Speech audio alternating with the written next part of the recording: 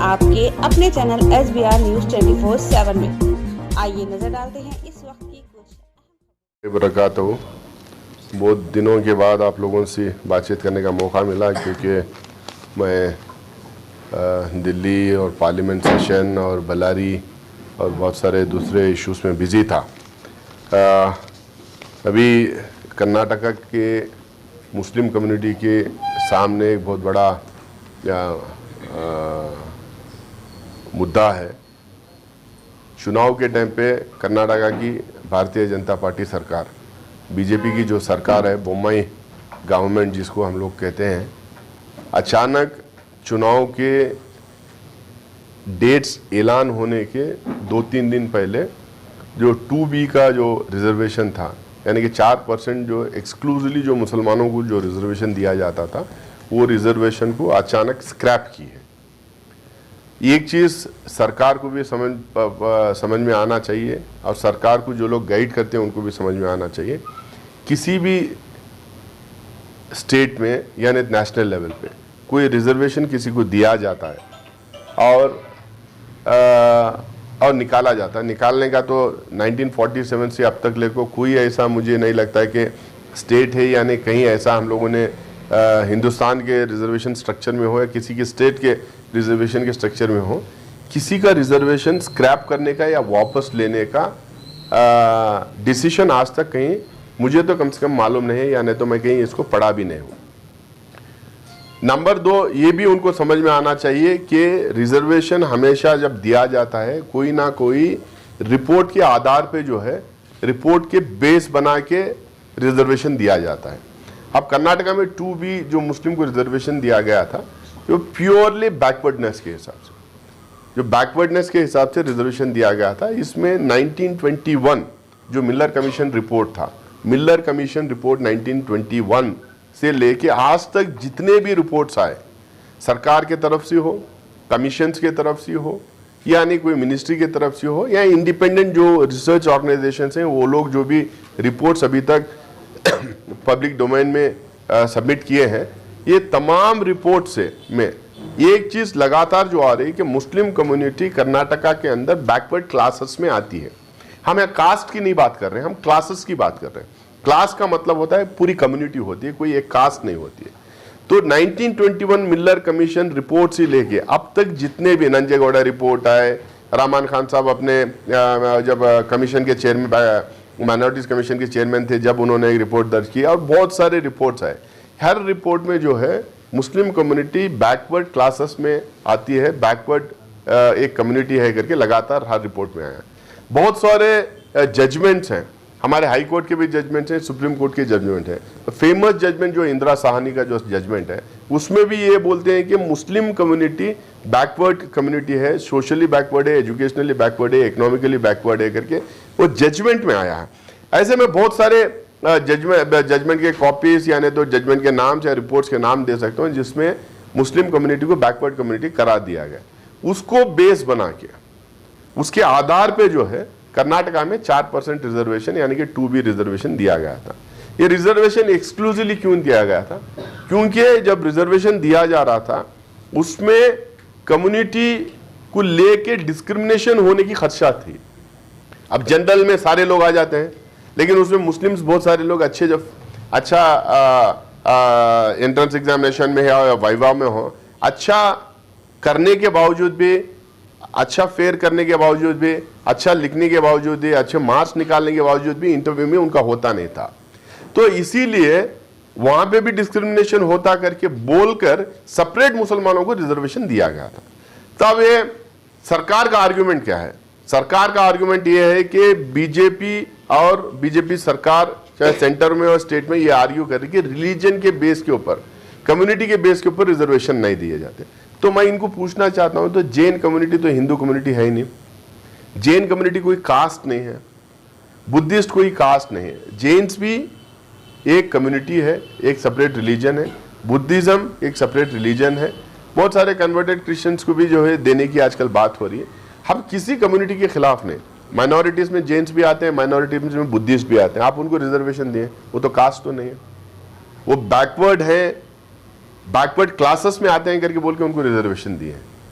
तो जब जैन्स को और बुद्धिस्ट को देते हैं तो मुसलमानों के मुसलमान जो 1921 के रिपोर्ट से लेके आज तक हर रिपोर्ट में जिनको बैकवर्ड बोला गया है, बैकवर्ड क्लासेस में शामिल किया गया है, तो उनको रिजर्वेशन क्यों स्क्रैप कर रहे हैं? और 4 साल से बीजेपी की गवर्नमेंट कर्नाटका में है, 4 साल से इसके ऊपर कोई डिसीजन नहीं, कोई जजमेंट नहीं, कोई पिटीशन नहीं, कोई स्टडी नहीं। आज क्यों ये डिसीजन लिया गया है टू बी रिजर्वेशन स्क्रैप करने का? सिंपल रीजन है, इलेक्शन है। इलेक्शन में ये गवर्नमेंट 40% कमीशन सरकार करके एस्टैब्लिश हो चुकी है। ये कांग्रेस पार्टी नहीं कह रही है, ये contractors association, transport contractors association जो है बाहर निकल के बोला है, प्रेस कॉन्फ्रेंसेस किया है, प्राइम मिनिस्टर को, प्रेसिडेंट को, गवर्नर को, चीफ मिनिस्टर को, सबको चिट्ठियां लिखे भाई ये 40% जो है कमीशन मांग रहे हैं, 40% कमीशन खा रहे हैं।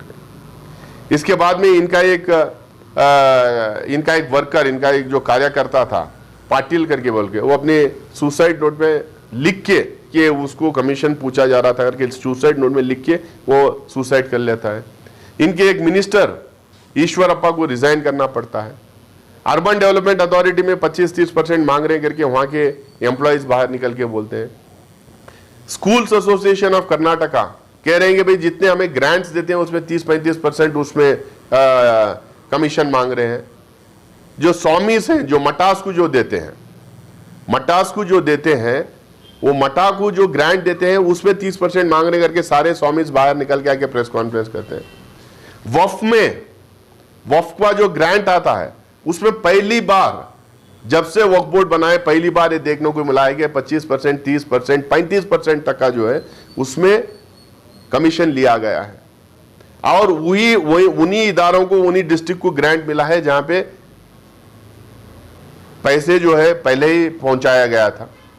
तो ये कमीशन सरकार, एक करप्ट सरकार करके एस्टैब्लिश हो गया था। तो एक जैसे जैसे एस्टैब्लिश होना शुरू किए, ये लोग हिजाब का मामला लेके आए, हिजाब को लेके पोलराइज करने की कोशिश किए। जब भी हम लोग यही कर रहे थे, पॉलिटिकली इसको इस्तेमाल कर रहे हैं, इनका इंटेंशन जो है हिजाब को लेके या नहीं तो सैफरन कलर के शाल डालने के लिए नहीं, इनका इंटेंशन पोलराइज करना है, इसको पोलिटिसाइज करना है। हिजाब का जब दब गया मामला, अज़ान वाला मामला लेके, अज़ान वाला मामला जब दब गया, हलाल वाला मामला लेके कि हलाल कट और ये कट और वो कट करके, उसके बाद जब ये जात्रा लगता था, उरुस लगते थे, वहां पे मुसलमान शॉप्स ने दुकान नहीं लगा सकते, हिंदू दुकान नहीं लगा सकते करके बोल के ये लेके आए। ये लगातार एक के बाद एक जो डिवाइसिव, मतलब जो बांटने वाले जो मुद्दे थे वो लेके आके हिंदू मुसलमान करने की कोशिश किए।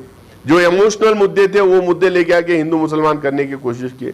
कोविड के टाइम पे मैं आप तमाम लोगों को याद दिलाना चाहता हूं, तबलीगी जमात वाला मामला दिल्ली में कुछ हुआ, जो भी उसमें कुछ एक्चुअली दम नहीं था, बाद में हाईकोर्ट क्लीन चिट उनको दी, उसका लेके आके यहाँ बहुत सारे खरियों में जो हमारे मसाजिद थे, जो दरगाहें थे, वहां पे ले जाके हंगामा करने की कोशिश की है लोग।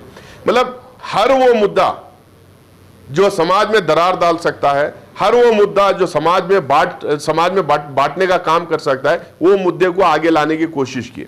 जब बिल्कुल कुछ नहीं चला, जब ये बहुत ही करप्ट और भ्रष्ट सरकार करके बोल के एस्टैब्लिश हो गया, जब सारे रिपोर्ट, सारे टीवी चैनल्स के जो प्री पोल जो होते हैं, जो ओपिनियन पोल्स जो आने लगे, उसमें लगातार कांग्रेस को बढ़त दिखाते लगे, लगातार ये हर ओपिनियन पोल में ये आते गया कि कांग्रेस सरकार बनाने वाली है, तो इन्होंने ये 2B वाला स्क्रैप करके ये मुद्दे को सामने लेके आए ताकि मुस्लिम कम्युनिटी के लोग बाहर निकल के एहतजाज करें, बाहर निकल के प्रोटेस्ट करें।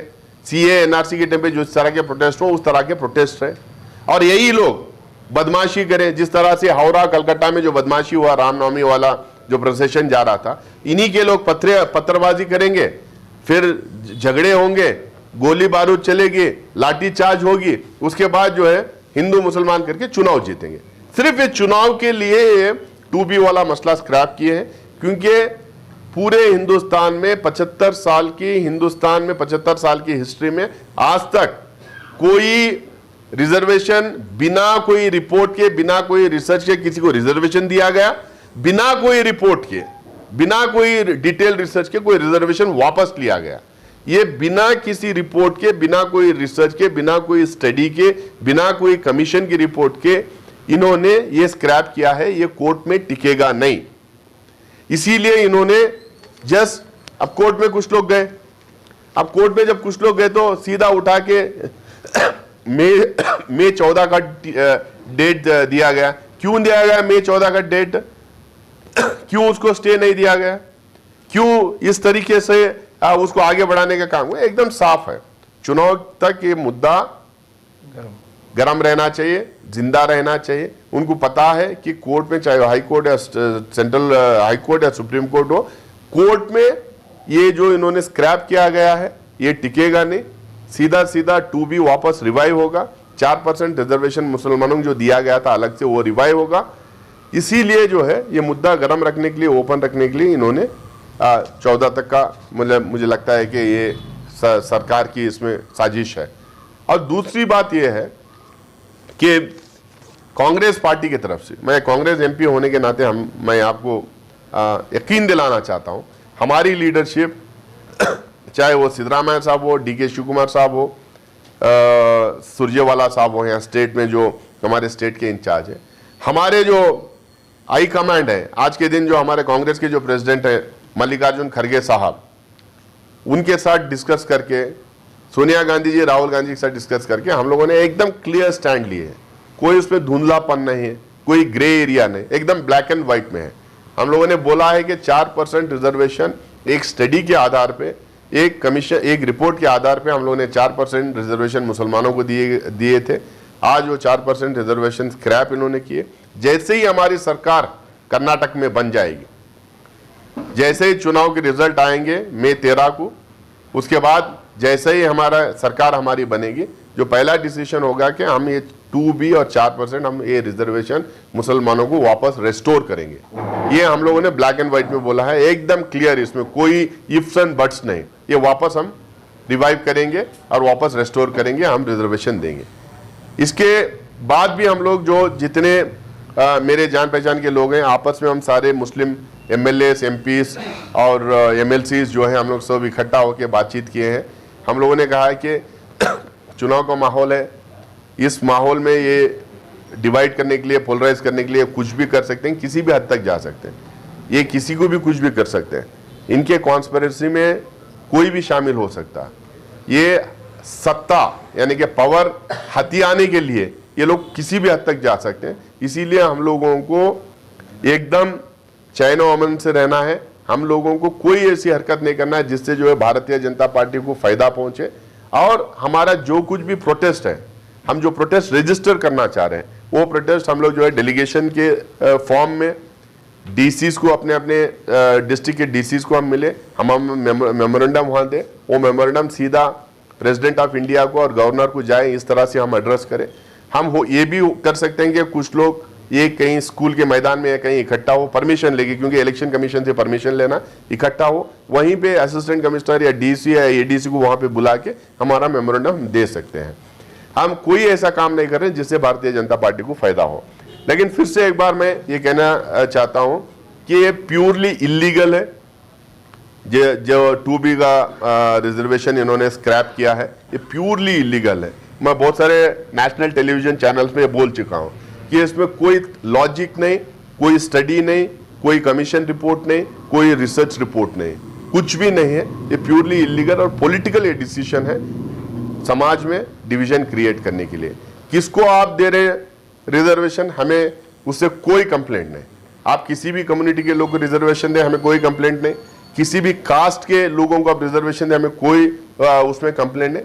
हमारा जो रिजर्वेशन जो एक कमीशन के और कोर्ट के जजमेंट्स के आधार पे हम लोग को दिया गया था, वो वापस रेस्टोर करें।